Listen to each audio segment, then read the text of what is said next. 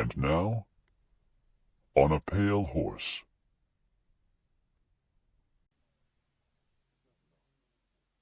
Chapter 13. Though Satan Bar the Way. They drew up at Luna's house. Zane was overflowing with his good news about the reprieve. He would survive until the hearing, and therefore she would too. And after that... The house was silent. The griffins were gone. Suddenly worried, Zane entered. Luna, too, was gone. There was a note on the table. Zane picked it up. It was written in red, cursive script, as if done in blood. My dear Death, the fair moon is in my power. I cannot make her die, but I can make her wish she were dead. Terminate your strike. Take your scheduled next client, and free Luna from her pain. She will go to heaven directly, where you may join her at your convenience. Your most humble and obedient servant, the Prince of Evil. Zane stared at the message, absorbing its every implication. Suddenly, it burst into flame in his hand. He dropped it, but it never touched the floor. It was gone. There was no doubt it was from Satan. The moment one ploy failed, the Lord of Flies tried another. Now that Zane was safe and knew it, Satan was striking through the woman he loved, in life as well as death. Trust the devil to have no scruples. Was Satan bluffing again? Zane dropped into the easy chair before Luna's television set, trying to clarify his whirling doubts. There was something... he had it. Satan, you forget that Luna is my next client. I will go there to rescue her from your clutches, not to send her to eternity. He looked at his orientation gems, fixing on Luna's location, for she remained the one he had to take before he could tune in on others. The television set came on by itself. A buy has been issued, Death. Satan's face said from the screen. The devil seemed to have an affinity for television. Reset your watch, and it will orient on the next client. Zane brightened momentarily. Luna has been spared? No, merely put on hold. She will go unassisted when her time comes. When her time came. That would be the moment Zane ended his strike, except that he would balk again when he had to take her. What would Satan gain by this maneuver? She can't go unassisted, Zane said. She is now in balance. Only I can take her, and that I will not do. She will not remain in balance, Satan said. Zane's suspicion returned, full force. What do you mean? My minions of the living realm will cause her to react either in a good or an evil manner, probably good, and that will tip her toward heaven. Thus the assurance in my note. You need not attend her at all. Merely resume your duties, and all else will take care of itself. Zane liked this less and less. You will torture her, and make her better than she is now? I don't understand that. Ponder it at leisure, Satan said. But do not ponder over long, my esteemed associate. My earthly minions are a brutal lot, already damned to hell for good cause, who like torture for its own sake. The picture shifted to an earthly chamber. There was Luna, tied to a chair, looking defiant. 3 thug-like men were with her. You're on, Satan's voice came. Make your demonstration. The way he said it, the syllables demon projected from the final word. One thug drew a bright knife from a sheath. Right, boss, he said. He approached Luna. Zane suffered an abrupt siege of intense rage and fear. They really were going to torture Luna. He wanted to mount Mortis and charge to the rescue, but couldn't tear himself away from the television screen. How could they change Luna's balance by such means? And how could he abate this horror when his own magic was gone? He might be secure from assassination himself, but he could not physically get past the barriers Satan's minions would have erected to bar his way to Luna.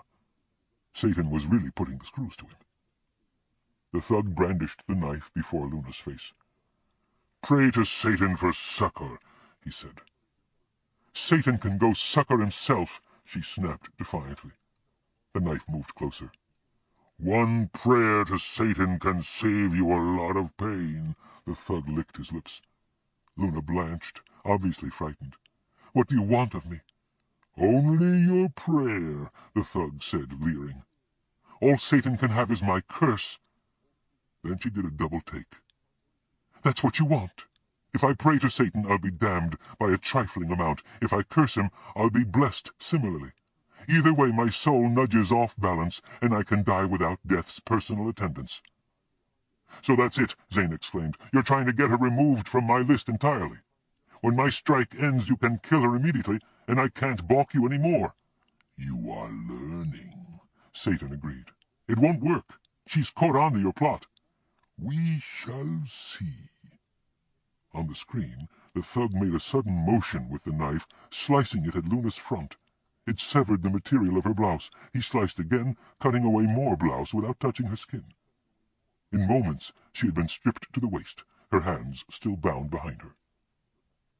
Now the thug put away his knife and fetched a black box with dials on one face and a pair of wires terminating in small discs. He extended the two extremities toward the tips of Luna's bare breasts. I wonder whether you appreciate the quality of pain that can be induced by electric shock, Satan said conversationally to Zane. No physical damage shows, and the intensity is finely tuned. She can be made to suffer a small amount. The electrodes touched Luna's nipples. She jumped with an exclamation of pain.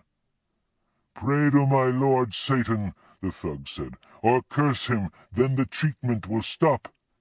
Or a greater amount, Satan continued. The electrodes touched again. This time Luna's scream was piercing. Zane saw her whole body stiffen with the agony of the current passing through her chest. When it stopped, her head fell forward, her face beaded with chill sweat, her lips so pale they almost disappeared. She was sobbing brokenly with reaction. You can free her from this, Death, Satan said. I know you do not like to inflict needless pain. Seeing her like that, Zane was tempted. He couldn't stand to watch the woman he loved being tortured. This was worse than the jaws of the hot smoke dragon, for this was deliberate cruelty, with no hope of unconsciousness or death. Unless he yielded. Speak to her, Death, Satan said persuasively. Tell her to curse me and go to heaven for eternity. Zane hesitated. There was so much in the balance here. The thug touched Luna's breasts again. This time she tried not to scream, but an anguished sound squeaked past her constricted throat, the sort of sound one might hear from a mouse being run over by the tire of a truck. There was perspiration on all of her body that was exposed, and her eyes were staring, the whites showing too much. Luna, Zane cried, curse Satan! Don't let them do this to you! Slowly her head turned, seeking his voice. She heard him. And Zane knew he had betrayed her and the world. Then she forced a smile like a grimace.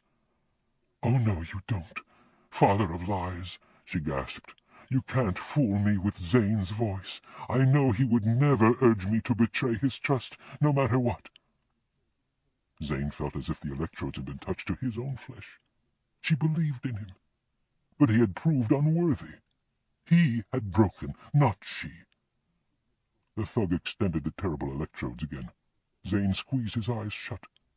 He had seen his mother suffering, and had acted to free her from a life that had become intolerably burdensome. He had released a whole ward full of suffering old people.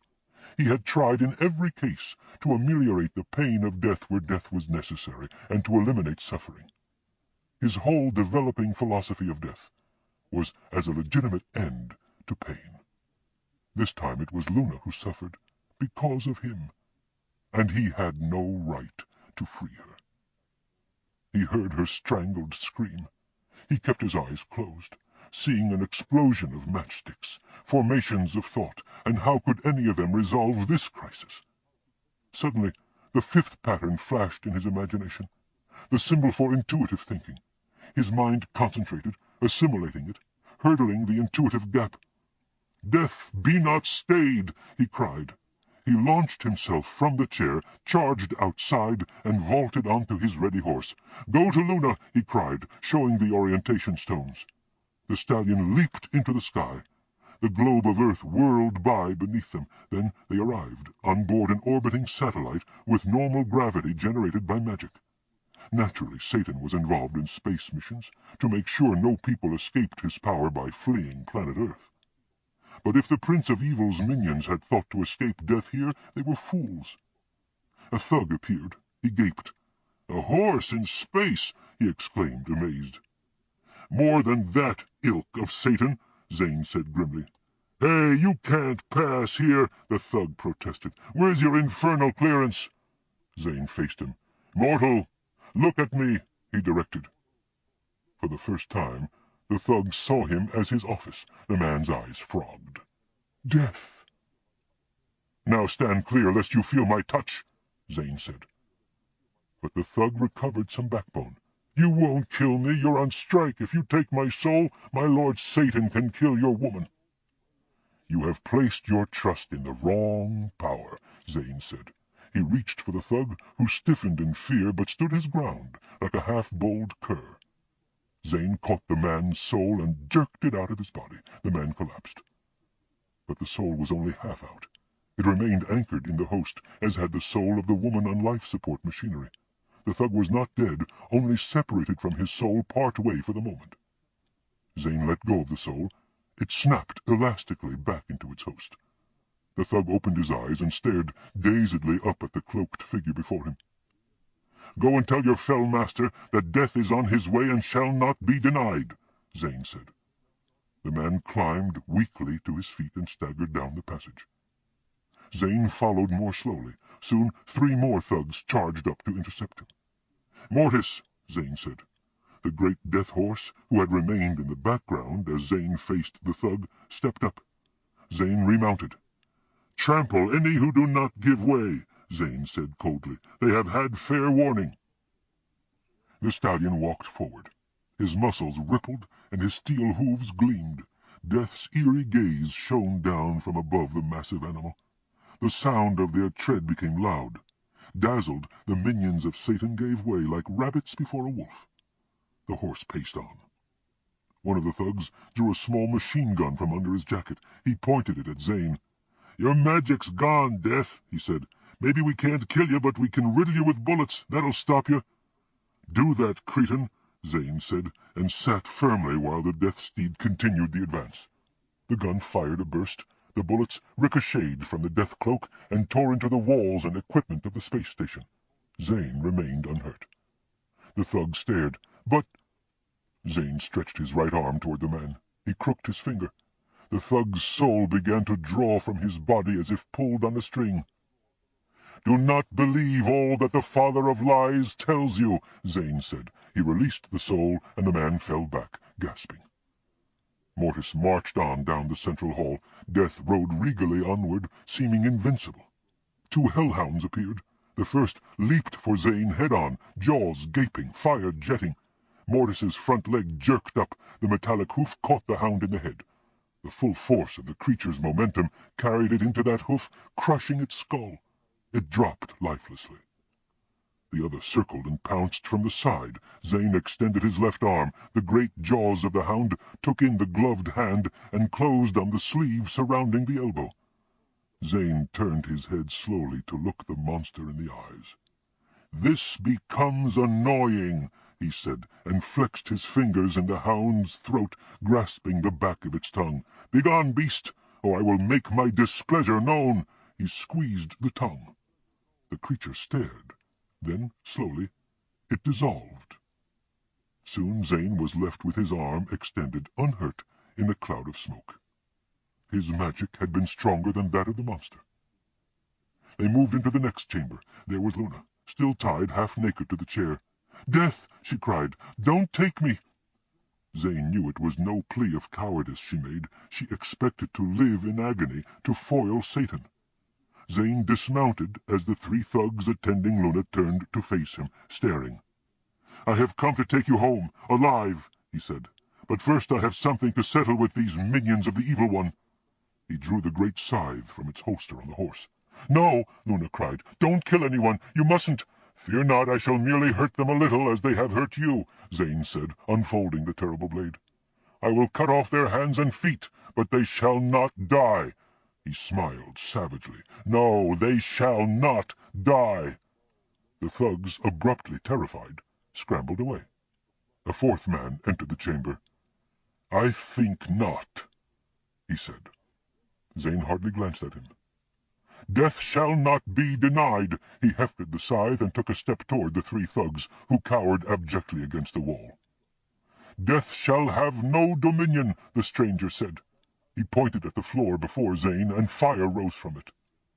This was evidently a higher functionary. "I will rescue my love, though hell bar the way." Zane swept the blade of the scythe through the flames, and they were cut off like so many weeds. In a moment they died. The man made a circle in the air with one finger. The space inside the circle fell out like cut paper, leaving a window into a horrendous furnace. "Hell does bar the way. Do not tamper with things you do not understand." Zane made a circle with his own left arm, flinging a length of his cape over the window, stifling it until it disappeared. "Who the devil are you to oppose me with such foolish tricks, and to slight my intelligence?" He shifted the blade of the scythe meaningfully.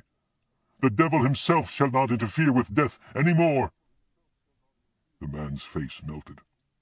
From the dripping flesh emerged the glowing countenance of the Prince of Evil. "I am the devil, death." Zane was for a moment taken aback. "How can you be out of hell?" "I can be anywhere I wish," Satan exclaimed, a ripple of flame playing across his features. "Evil is inherent in all activities of man. Now, bow down before me, and leave off your inane posturings, for your case is lost." Uncertainty tore at Zane. He had made short work of Satan's earthly and beastly minions, but Satan himself was another matter. He looked around, and saw Luna still tied to the chair. The three thugs by her, one holding the electrodes used to torture her. Renewed fury suffused him. "Then I shall deal with you," Zane said, facing Satan. The Prince of Evil smiled sardonically. "With me? How do you propose to do that? Your magic is gone, and you are but a man." "My magic gone?" "So you claimed before, but it was and is a lie. I received no confirmation from Purgatory. My magic horse remained, and my magic gems, and my invincible cloak. I was never without magic. Lies are all you have, father of lies. You suggest you can arbitrarily deprive me of my powers." Zane stepped toward the devil. "Satan, it is not your prerogative. Death is inviolate, as it must be, not to be tampered with by the likes of you. Where death has dominion, the Lord of Flies has none." Zane took another step. "Now get behind me, Satan, and disperse the ilk you brought here. Stay me no longer from my mission, lest I orient my power on you." Satan harumphed, and his horns glowed. "A month ago, you were the least of pipsqueaks scrambling to pay your back rent. The assumption of a cloak and scythe does not convert a nothing creature to a something creature. You have delusions of grandeur that will quickly be dispelled. You bluff, mortal man." For answer, Zane swept the deadly scythe at Satan's ankles and tail. The Prince of Evil jumped back, avoiding the cut. He flicked his fingers, and a sparkling globe of energy floated at Zane's face. "Fool, then feel the wrath of Satan." Zane stood still, not even attempting to evade the globe. It settled about his head, blazing high, coloring his vision as if he looked out from an inferno, but there was no heat. In a moment it dissipated harmlessly. The death hood had protected him. "The bluff is yours, father of lies." Satan sneered. "You talk big, mortal man, holding the magic scythe, and wrapped in the magic cloak, backed by the magic steed. These are mere tools of the office. Without them you are nothing." "You lie again," Zane said. "You have no power over me regardless." He set down the scythe and lifted the cloak from his shoulders. "No!" Luna cried from the chair. "Don't let Satan trick you into powerlessness, Zane." Now it was her faith that was weak, instead of his. Zane smiled and threw the cape aside. Then he removed his shoes and stripped off his gloves and gems. "You are indeed a fool," Satan gloated. "Then all you have to do is stand still," Zane said, "and we shall make the proof of my prerogatives." Slowly he reached one bare hand toward the devil. Satan nudged back. "What idiocy is this? I can destroy you with a single flick of my finger." "Then you had better do it," Zane said, "for I am about to hook your soul with my own finger." He extended his hand farther. Satan moved back some more, staying just clear. "Fool! I am trying to spare you the ignominy of being humiliated." "How very kind of you, Father of Lies." Zane leaned forward, shooting his hand at Satan's midsection. The devil puffed into nothingness. Zane turned to see the Prince of Evil reform behind him. "So you got behind me, Satan," he remarked. "I have moved you. Do you think that improves your position? Strike, Lucifer. Don't spare my feelings any further. Humiliate me. Destroy Death while he stands vulnerable. I turn my back on you again to facilitate your chastisement." And he turned away. Satan sighed. "You have prevailed, Death.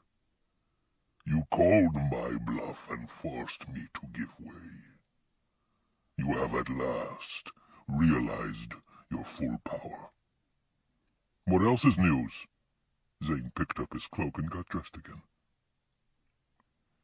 "If I may inquire," Satan asked without sarcasm, "as one incarnation to another, what gave you the clue?" "The fifth pattern of matchsticks," Zane said. "Intuitive thinking," Satan agreed, comprehending immediately. "That would do it. I realized that if there were any way for you to meddle in the affairs of Death, or to stop Death from performing his duty, you would have done so long ago. No magic cloak would have stopped you, the incarnation of evil, the personification of black magic, whose powers of enchantment are not matched anywhere on Earth. It had to be inherent in the office, not in the paraphernalia. Death has to be inviolable, absolutely certain. Not even God, the incarnation of good, acted against Death when I declined to exercise my power in the world. Only Death can determine his business. Therefore you had to be powerless against me in this instance. I cannot defend this by logic. I simply know it's true. I have faith in my office." Satan nodded. "You do indeed. Against that faith, even I cannot prevail. Yet had you chosen another issue, you would never have been able to oppose me. Your power is less than mine, as evil lives after death."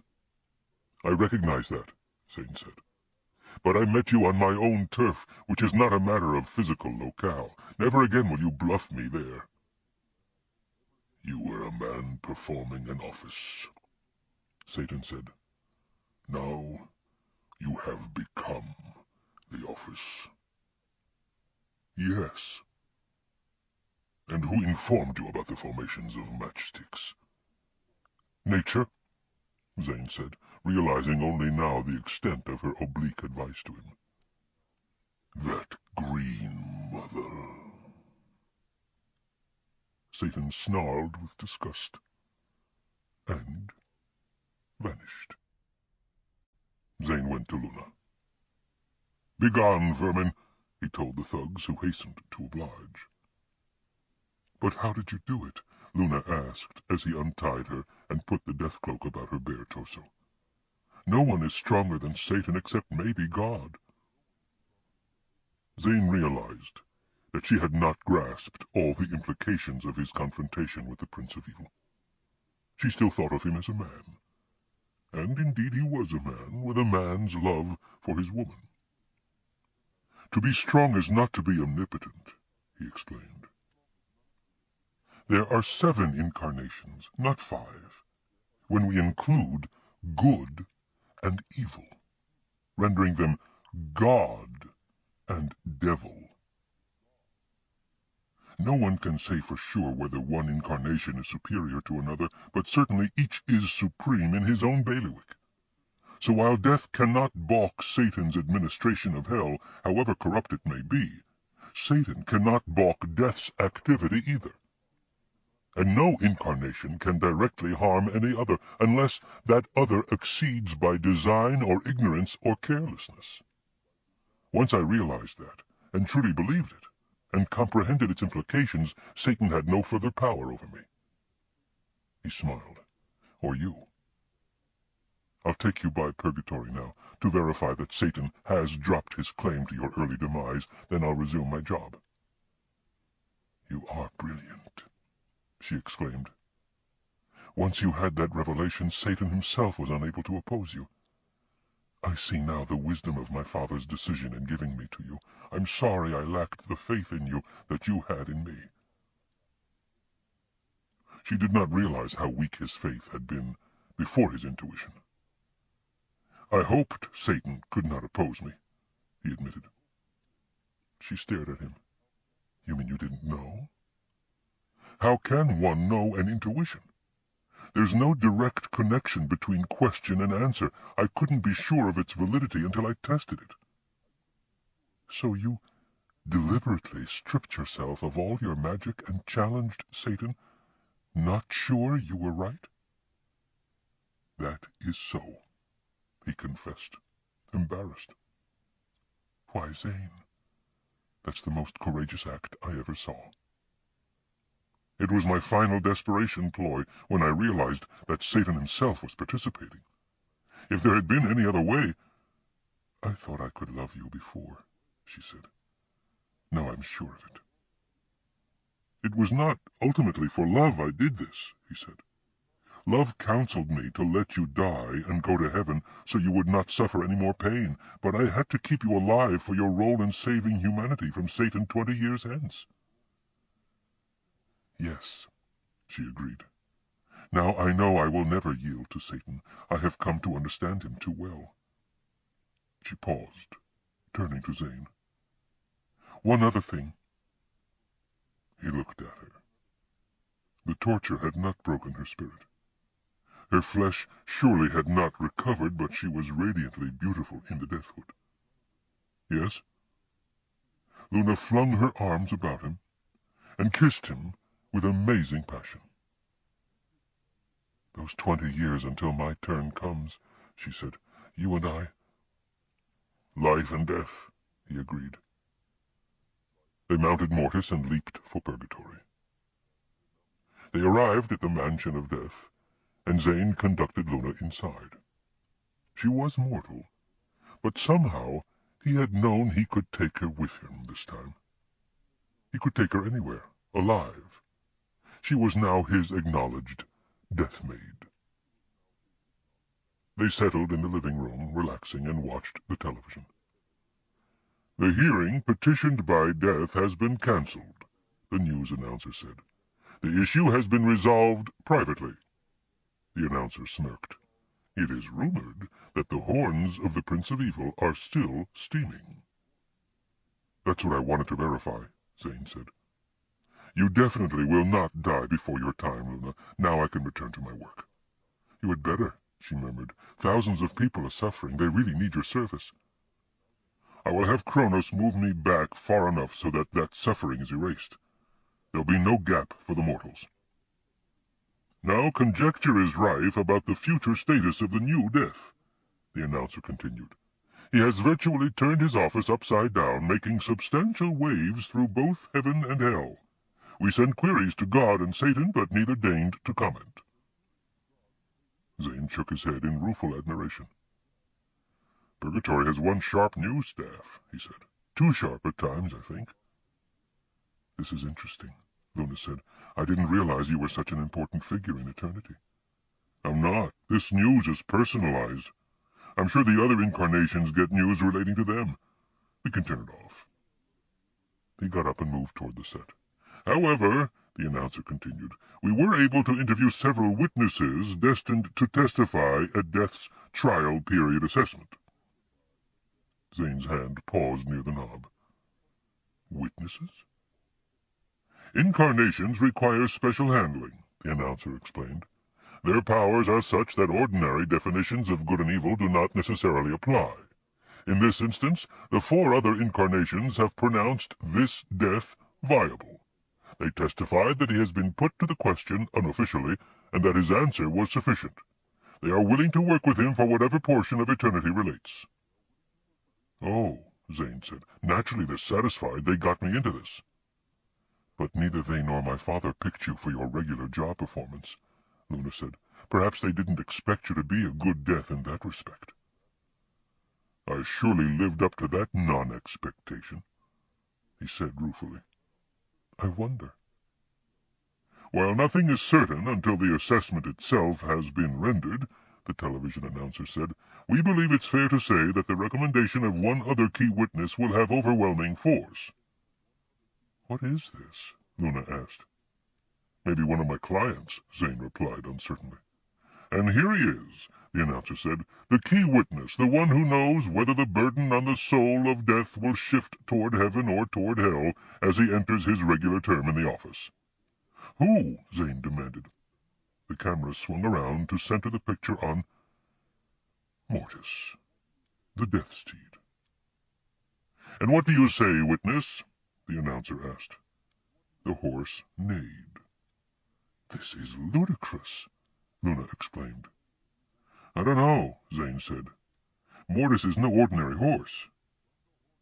And there you have it, folks. From the horse's mouth.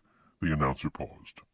Oh, the translation, of course. Mortis says his new master has demonstrated a quality unique among incarnations, and this alone transforms his errors to assets. He will have a positive freighting on his soul, and will go on to become one of the truly distinguished holders of the office. He paused, while Zane stood amazed. Congratulations, Death. We of Purgatory are proud to have you with us. Zane, Luna exclaimed, you won. But all I did was try to help make it easier for people to die, Zane said. I broke several rules, and often I bungled it anyway. Then the television camera swung upward to show the welkin, the lovely dome of the earthly sky. In a moment it turned from day to night, and the stars scintillated in their myriads, and the images of rafts of angels formed, each angel with a shining halo. All of them applauded politely, the salutation of heaven. It seemed to Zane that one of them looked like his mother, and others resembled some of his clients. The camera swung down to show the fires of the netherworld, with its masked demons, all of them sticking out their forked tongues. But dimly visible behind them were the condemned souls of hell, and here and there among these were covert thumbs-up gestures. Zane smiled, experiencing a joy as deep as eternity. Thanks, folks, he said, and clicked off the set. I'll settle for the applause of one. He turned to Luna. Always. Forever, she agreed, kissing him. But I wonder what that unique quality of mine is supposed to be, he said as an afterthought. It's why I love you, she said. Zane, back in the routine of his office, saw that the mother was suffering terribly from the first shock of her grief as she cradled her dying baby in her arms. He was still working on the enormous backlog of clients that had accumulated during his strike, but he couldn't let the bereaved mother suffer more than she had to. Zane stood before her. Woman, recognize me, he said softly. She looked up. Her mouth fell open in horror. "Do not fear me," Zane said. "Your baby has an incurable malady, and is in pain, and shall never be free of it while he lives. It's best that he be released from the burden of life." Her mouth worked in protest. You wouldn't say that if one you loved had to go." "Yes, I would," he said sincerely. "I sent my own mother to eternity to end her suffering. I understand your grief and know it becomes you. But your child is the innocent victim of a wrongful act." He didn't repeat what she already knew, that the child had been conceived by incestuous rape and born syphilitic. "And it's better for him and for you that he never face the horrors of such a life." Her haunted eyes gazed up at him, beginning to see death as more friend than nemesis. Is it really best?" "Samuel Taylor Coleridge said it best," Death replied gently, extending his hand for the suffering baby's soul. "Ere sin could blight or sorrow fade, Death came with friendly care, the opening bud to heaven conveyed, and bade it blossom there." As he spoke, he drew the tiny soul out. He knew even before he checked it that this one would go to heaven, for now he had discretion in such cases. "You're not the way I thought you would be," the woman said, recovering some stability now that the issue had been decided. "You have," she faltered, seeking the appropriate word, "compassion." Compassion. Suddenly it fell into place. This was the quality Zane brought to the office of death that the office had lacked before. It made him feel good to realize that the delays he had indulged in and the rules he had broken, that such acts could be construed positively instead of negatively. He cared about his clients, strove for what was best for them within the dreadful parameters of his office, and was no longer ashamed to admit it. He knew he had been installed in this office for reasons not relating to merit, but he had conquered his limitations, and knew that he would perform with reasonable merit henceforth. "Death came with friendly care," he repeated, as he set his watch for the next client. He liked the thought.